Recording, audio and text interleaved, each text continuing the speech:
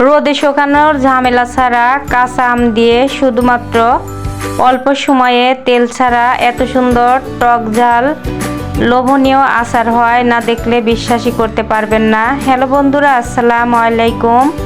Welcome back to my channel পাবনার আপা kitchen and blog থেকে আপনাদের মাঝে আমের একটা চাটনি আচারের রেসিপি নিয়ে হাজির হয়েছি। আশা করি রেসিপিটি আপনাদের কাছে অনেক ভালো লাগবে। ভালো লাগলে ছোট্ট একটা লাইক দিয়ে শেষ পর্যন্ত আমার সঙ্গেই থাকবেন। আর আপনারা সবাই কেমন আছেন? আশা করি যে যেখানে আছেন অনেক ভালো আছেন। আমিও আলহামদুলিল্লাহ ভালো আছি। তবে চলুন দেরি না করে মূল রেসিপিটি শুরু করা যাক।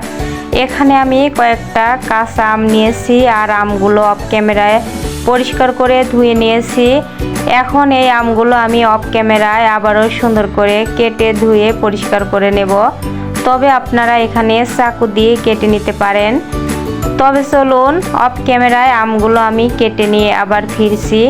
এই যে আমগুলো আমি পরিষ্কার করে দেখুন আমের খোসাগুলো ছাড়িয়ে নিয়েছি। খোসাগুলো ছাড়ার পর আবারও ধুয়ে নিয়েছি, তা না হলে কিন্তু সাথে সাথে কালো হয়ে যায়। এই জন্য এগুলো কিন্তু একটা টিপস ফলো করতে পারেন।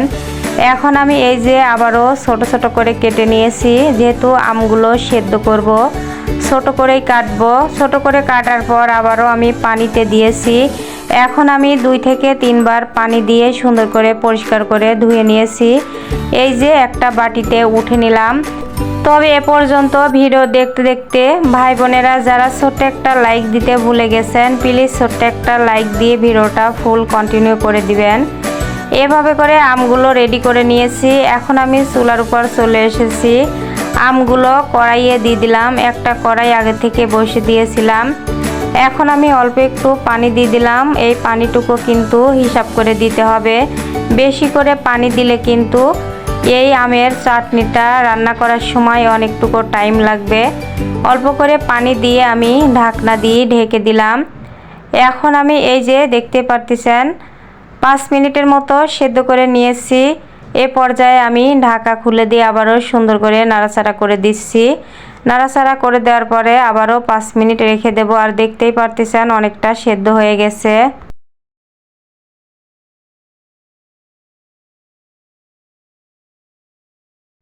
এখন দেখতে পারতেছেন আর 5 মিনিট পর ঢাকা খুলে নিয়েছি। আমগুলো একদম সেদ্ধ হয়ে গেছে। এখন আমি এই যে একটা ডাল ঘুটনির সাহায্যে আমগুলো ঘুটে নেব, তাহলে কিন্তু সুন্দর মতো একদম ম্যাশ হয়ে যাবে। যেহেতু চাটনি আচার করব, আমগুলো কিন্তু একদম গলতে হবে। এ পর্যায়ে আমগুলো একদম গলা নিয়েছি। দেখতেই পারতেছেন আপনারা কতটা গলে গিয়েছে। এখন আমি এই যে আমগুলো একটা প্লেটে ঢেলে নেব। ঢেলে নেওয়ার পরে কিন্তু চুলার উপর আবারও কড়াইটা বসিয়ে দেব। তারপরে আমি আমের আচারটা বানানো শুরু করব। আর এই যে দেখুন সুন্দর মতো ম্যাশ করা হয়ে গেছে। এ পর্যায়ে চুলার উপর কড়াই বসিয়ে দিয়েছি। এখন আমি মশলা বানিয়ে নেব আমের আচারের জন্য। দিয়ে দিয়েছি কয়েকটা শুকনা মরিচ, আপনারা কম বেশি করে দিতে পারেন। আমি কিন্তু পরে আবার শুকনা মরিচের গুঁড়া ব্যবহার করব, সেই জন্য হিসাব করে দিয়েছি। এখন আমি 2-3 মিনিট নাড়াচাড়া করে নিয়েছি মরিচটা। এখন আমি দিয়ে দিচ্ছি 5 ফোড়ন, দিয়ে দিয়েছি আস্ত জিরা আর কিছু আস্ত ধনিয়া। আর এই যে আস্ত ধনিয়া কিন্তু দিলে খেতে অসাধারণ হবে আচারটা। তবে আপনারা ধনিয়ার গুঁড়াটা ব্যবহার করতে পারেন। এখন দেখতেই পাচ্ছেন সময় নিয়ে ভাজা হয়ে গেছে। আর যখনই সুন্দর একটা সুঘ্রাণ বের হবে আর ফোটা শুরু করবে, তখনই মশলাটা আমি নামিয়ে নেব। আর ভালো করে না ভাজলে কিন্তু আচারের ভিতর দিলে খেতে ভালো লাগবে না। মশলাটা আমি উঠে নিয়েছি শিলপাটায়, আধা ভাঙা করে নেব অফ ক্যামেরায়। এখন আমি এই যে ম্যাশ করা আমগুলো দিয়ে দিয়েছি। আর আমগুলো দেওয়ার পরে সুন্দর করে নাড়াচাড়া করে কিন্তু অনেক সময় ধরে আমি এই আচারটা বানিয়ে নেব। 3-4 মিনিট নাড়াচাড়া করার পর আমি দিয়ে দিলাম লবণ, দিয়ে দিলাম হলুদের গুঁড়া। এখন আমি এই যে মরিচের গুঁড়া দিয়ে দিচ্ছি। আবারও বলতেছি ঝালটা আপনারা কম বেশি করে দিবেন। অনেকের কিন্তু ঝাল পছন্দ, আবার অনেকের কিন্তু ঝালটা বেশি একটা পছন্দ না। যেহেতু আচারটা টক ঝাল হবে, এই জন্য আমি কিন্তু ঝাল দিয়েই আচারটা বানাবো। টক ঝাল হলে বেশি ভালো লাগবে। এখন আমি এখন আমি 10 মিনিট নাড়াচাড়া করে মরিচের গুঁড়াগুলো সম্পূর্ণই মিক্স করে নিয়েছি। এ পর্যায়ে আমি পরিমাণ মতো চিনি দিয়ে দিলাম।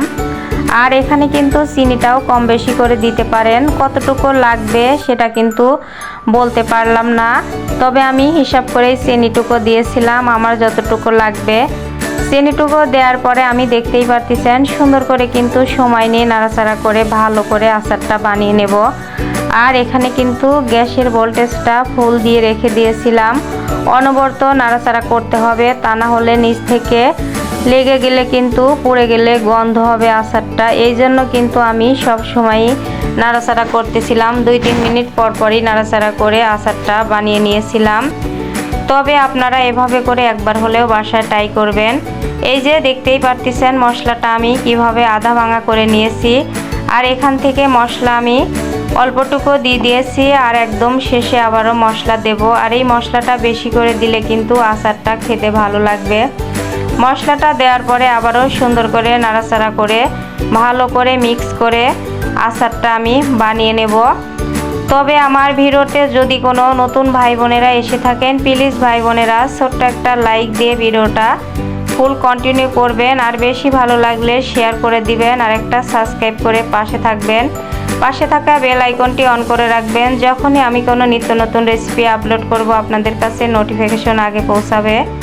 এ পর্যায়ে দেখতেই পারতেছেন আমের আচারটা কিন্তু অনেকটা ঘন হয়ে গেছে, আর মাশাআল্লাহ সুন্দর একটা কালার আসছে, দেখেই কিন্তু লোভ হচ্ছে। আর কতটা লোভনীয় হয়েছিল আচারটা আপনারা প্রথমেই দেখে বুঝতে পারছেন। তেল ছাড়া কিন্তু আমি আচারটা বানিয়েছি, অনেকেই কিন্তু এই আচারটা তেল দিয়ে বানিয়েছেন, তবে তেল ছাড়া আমার আচারটা কিন্তু মাশাআল্লাহ লোভনীয় হয়েছিল, আপনাদের মতোই হয়েছিল। এখন এই যে আপনাদের দেখিয়ে দিচ্ছি কতটা ঘন হয়ে আসছে। তবে আমি আরও কিন্তু কিছুক্ষণ রান্না করব। এখন এই যে আমি এখানে বিট লবণ দিয়ে দিলাম ওই মশলা আবারও। এখন আমি এ পর্যায়ে আবারও সুন্দর করে নাড়াচাড়া করে আচারটা বানিয়ে নেব। তবে আপনারা যে যেখান থেকে দেখছেন ভিডিওটা ফুল কন্টিনিউ করে দিবেন ভাই বোনেরা, সবাইকে সাপোর্ট করব, তাহলে কিন্তু আমরা সামনের দিকে আগাতে পারবো।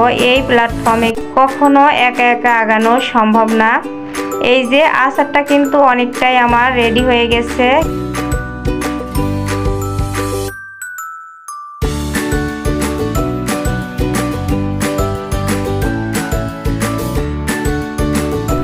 দেখুন আচারটা কতটা আঠালো হয়েছে, আবার কতটা ঘন হয়েছে। আচারটা এখন রেডি হয়ে গেছে, আমি গ্যাসের চুলাটা বন্ধ করে দিয়েছি।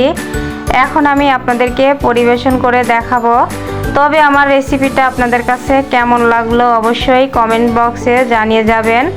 আর ভালো লাগলে আবারও বলতেছি আমার পাশে থাকবেন। এই যে এখানে আমি একটা প্লেট নিয়েছি, প্লেটে ঢেলে নিয়েছি। আর দেখতেই পারতেছেন কতটা শেষ পর্যন্ত কালার হয়েছে। রোদে শুকানোর ঝামেলা ছাড়া, তেল ছাড়া এত সুন্দর একটা আচার হবে আমি কিন্তু ভাবতেও পারি নাই। তবে আমার ভিডিও বা ভয়েসের মাঝে যদি কোনো ভুল ত্রুটি হয়ে থাকে প্লিজ ভাই বোনেরা ক্ষমা দৃষ্টিতে দেখবেন। আর পুরাতন ভাইয়েরা আপুরা আমার পাশে যারা আছেন আপনাদেরকে অসংখ্য ধন্যবাদ, তার মন থেকে অনেক অনেক ভালোবাসা রইল। এখন সম্পূর্ণ আচারগুলো ঢালা হয়ে গেছে, এই যে চামচ দিয়ে একটু আমি ছড়াইয়ে দিচ্ছি। আর আপনারা দেখতেই পারতেছেন মাশাআল্লাহ, দেখে কিন্তু লোভ এসে যাচ্ছে। আসলেই কিন্তু আচারটা অনেকটাই লোভনীয় হয়েছিল, তাই বলতেছি আপনারা বাসায় এভাবে করে এই আচারের রেসিপিটা তেল ছাড়া, রোদে দেওয়ার ঝামেলা ছাড়া দিবেন। আর অবশ্যই কমেন্টে জানিয়ে যাবেন, আবারও বললাম। তবে রেসিপিটা আজকের মতো এখানেই শেষ করছি। অন্য কোনো দিন অন্য কোনো নতুন রেসিপির সঙ্গে দেখা হবে। ততক্ষণে সবাই ভালো থাকবেন, সুস্থ থাকবেন। আল্লাহ হাফেজ, আসসালামু আলাইকুম।